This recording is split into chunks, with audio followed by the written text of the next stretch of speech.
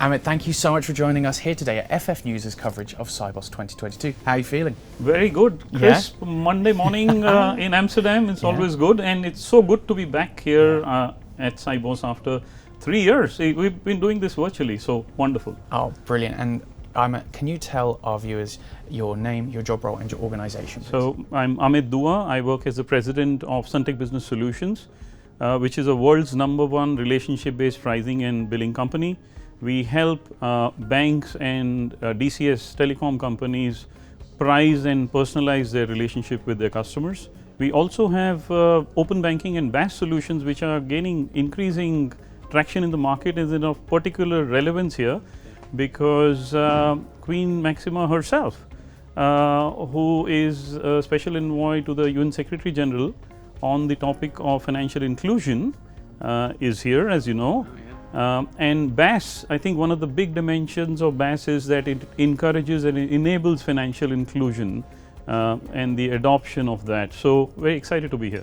Absolutely amazing. And with that in mind, can you tell our viewers how banking as a service, or BaaS solutions, can help financial inclusion for millions of people around the world? I think if you look at the mobile money operators worldwide, which are the ones who've largely been responsible for getting financial inclusion to scale up. By and large, it's always been around payments piece, right? But there's so much more that these consumers want. So savings, for instance, or insurances, right? None of these guys have insurances, have had insurance access in the past. And eventually the investment piece itself. And BaaS allows all of these mobile money operators to consume these financial services from BaaS providers, be able to offer them. So I'm told that one statistic says that there are 1.2 billion people worldwide who don't have access to these services and can get these access once the BaaS providers enable these operators.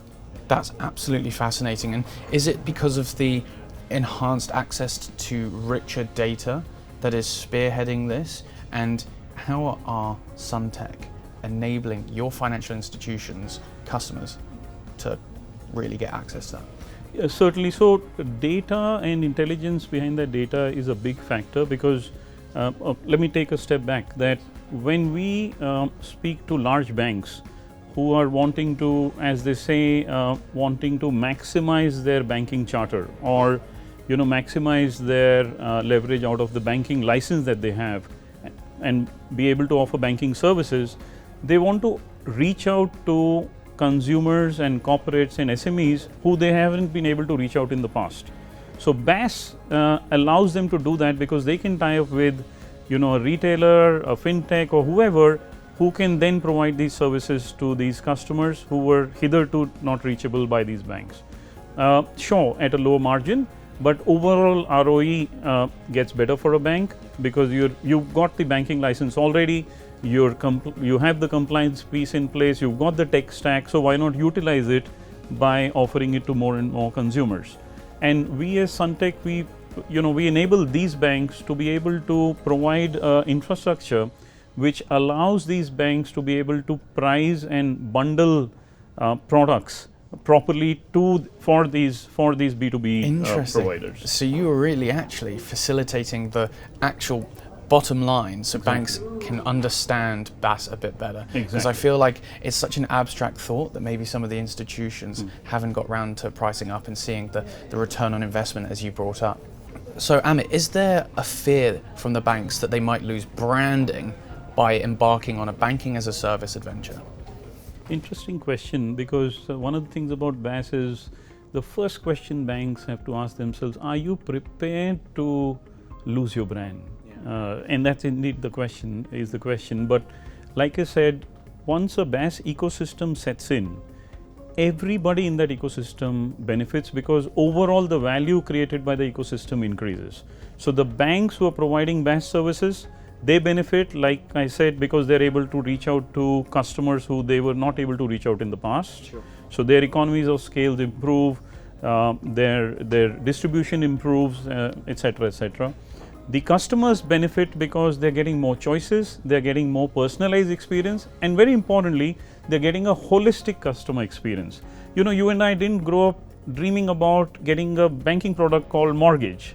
We grew up, hopefully, dreaming about owning a house. Yeah. And that completes the home buying experience. It's not just the mortgage piece, which traditionally was provided by the bank. And the middle, the companies in the middle, which are fintechs and the aggregators, they benefit because without having a banking license, they can write on to the BaaS service provider who has the banking license.